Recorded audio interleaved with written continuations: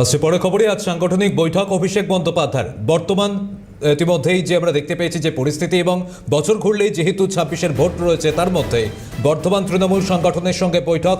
লোকসভা ও বিধানসভায় বর্ধমানে ভালো ফল তৃণমূল সরকার গঠনে গুরুত্বপূর্ণ ভূমিকা নেয় পূর্ব বর্ধমান জেলা। আর সেই জন্যই বছরগুলো যেহেতু 26-এর ভোট, তাই আরও বিশেষ করে গুরুত্ব দেওয়া হচ্ছে বর্ধমানের দিকে। রাজা সাহা প্রতিনিধি আমাদের সঙ্গে রয়েছেন। রাজা, এই মুহূর্তে বৈঠক সম্পর্কে আর কি জানতে পারছো?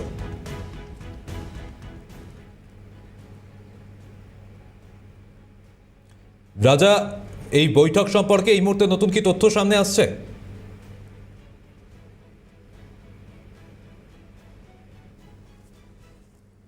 সম্ভবত যোগাযোগ বিচ্ছিন্ন হয়েছে, আবারও যোগাযোগ করার চেষ্টা করছি রাজার সঙ্গে।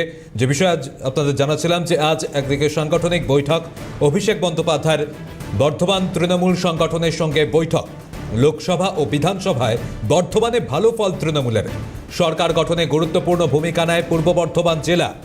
ভালো ফল যেন অতিরিক্ত আত্মবিশ্বাস তৈরি না করে, তাই সেদিকেও নজর রাখতে হবে বার্তা অভিষেক বন্দ্যোপাধ্যায়ের।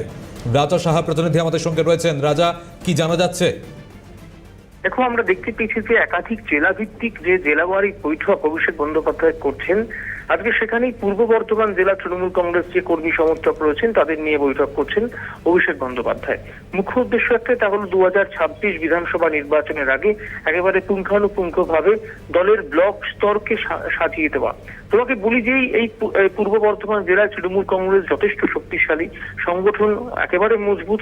আমরা দেখতে পেয়েছি যে 2021 বিধানসভা নির্বাচনে মমতা বন্দ্যোপাধ্যায়ের তৃতীয়বারের জন্য সরকার করতে কিন্তু এই পূর্ব বর্ধমান জেলা অনেকটা সাহায্য করে।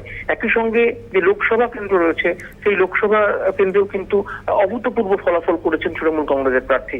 কিন্তু সেখানে গোষ্ঠী কোন্দলের বেশ কিছু জায়গাতে অভিযোগ রয়েছে, সেগুলি মিটিয়ে ফেলাই কিন্তু এই মুহূর্তে তৃণমূল কংগ্রেসের 1 এবং 1 নম্বর লক্ষ্য। ফলে সেই লক্ষ্যেই অভিষেক বন্দ্যোপাধ্যায় এই মুহূর্তে বৈঠক করছেন, যেটা মনে করা হচ্ছে যে ব্লক স্তরকে একেবারে মজবুত করবার জন্যই এই বৈঠক রাখা হয়েছে। ধন্যবাদ রাজা।